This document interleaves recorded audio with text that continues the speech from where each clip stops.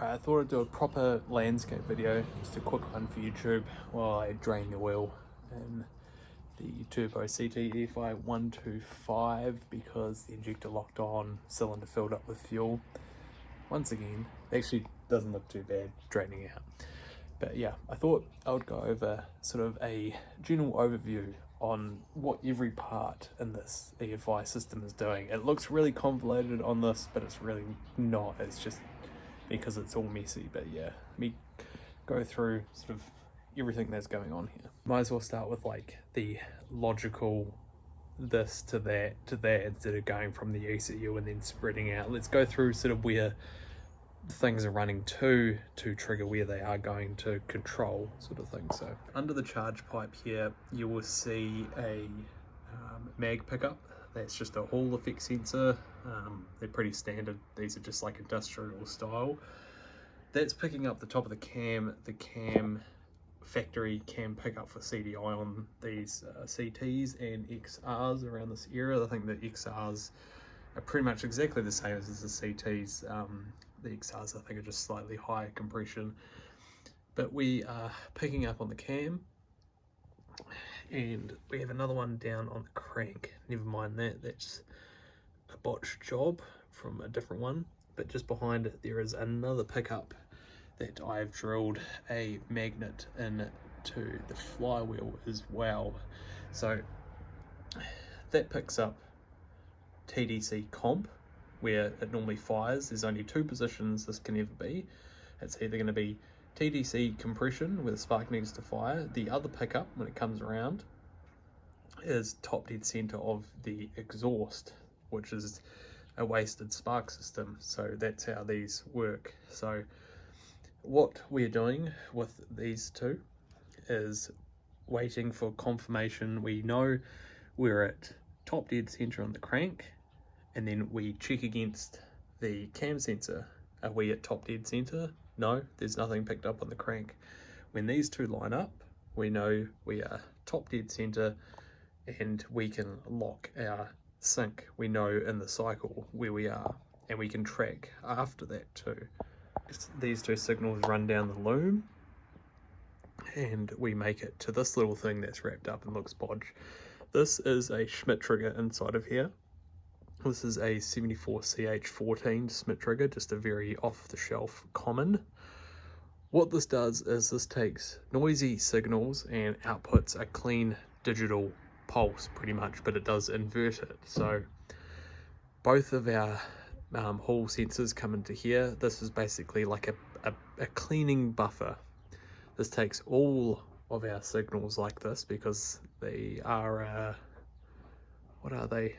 I think they're 4 or 6 channel input output. So they're really cheap, they're really good, they work really well. This cleans up the signal, gives it a nice pulse, takes out noise. Then we feed that into the ECU, which is in here. This is just foam wrapped in it as a bit of deadening. But under here is a ESP32S2 Mini, a Lowland one. The brand doesn't really matter, but that's what is controlling everything. The rest of the peripherals that are in here, that is a buck converter. These are the two MOSFETs for controlling the fuel and the spark. There is a logic level converter dipped in there somewhere. The rest of it is just loom wiring. This is the map sensor. There's some more loom, and that's another buck converter, just so I can drop the 18 volts from the battery down into 14 for the rest of the system. So now that we have our inputs, I've got one more, but we'll work to it from a second. So we know where our crank signal and cam signal coming to, they're conditioned, we're processing it, we know what to do with it. We can look at our map sensor. We come down to the throttle body, we have our throttle position, which is coming back as well, and that's the baseline of what we need to do our fueling and spark calculations. The ECU from here is doing the brunt of the work, and we can output to our injector via this MOSFET right here on the top, and the bottom one is for the spark. So what I'm doing for the spark is a slight bit of conditioning, then we run down to the factory CDI and we hijack the trigger that was running off there. It's really easy to do this. You do have to account for a bit of the CDI charge up delay, but it's so minuscule, and the pulse that you can send to a CDI can be so sharp and so quick. It can be 50 nanoseconds and it will be enough charge to spark. So it's really, really easy to use factory CDIs and just hijack the trigger pickup. So the rest of it for ignition is completely stock. It stays the same. All we're doing is hijacking the trigger for the CDI. The pump is basically directly fed. There is a little fuse protection after all this, but the pump is directly fed. It's an off-the-shelf Chinese pump, 125 LPH, the same one that I was using in the go-kart. I've got quite a few of them. They're $20. There's actually one sitting on the ground down there. They are super cheap, they are super good, never had a problem with them. So for a small project like this, perfect. But the pump is directly fed. That's why all this crap's up here, because it's just a drop in. It's I didn't want to do any other modification to the tank because I'd want to find a pump where I can just use the factory outlet of the tank and just use it to scavenge through it. But this is just dropped in the tank, this way everything's coming out and there's rags on top.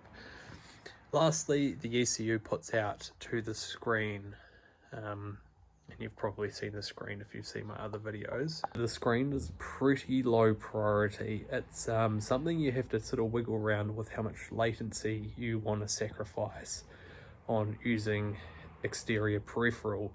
It's a lot easier to export over serial or something like that and use an external device to run a screen.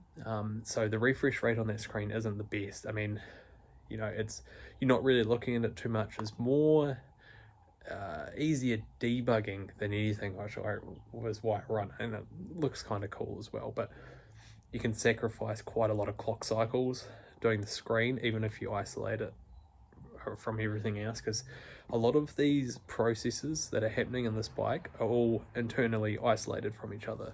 Only shared variables between everything, because you can't let things take more time than other things to process. When you're creating an ECU, you can't let something hang while something wants to already be finished and run. When your RPMs are increasing, the only thing that happens is your time window starts decreasing dramatically as RPM comes up. So you've really got to keep everything really tighten it. You've got to skip things. If something's taking so long, you've just got to cut it out and skip a cycle and do it again if something's wrong. So yeah, but it's like a basic overview for it. You learn a lot diving into this. I think it's the best way to do it. It's just to like jump straight into it. Just find the issues and run them down. It's the only thing you can sort of do. You can research as much as you can, but if anybody wants to start doing it themselves, just get like an old motorbike motor and start making it and just jump into it. It's going to take a long time, but it's definitely worth it. But yeah, hopefully this was informational. Enjoyed it, and I'll catch you on the next one. See ya.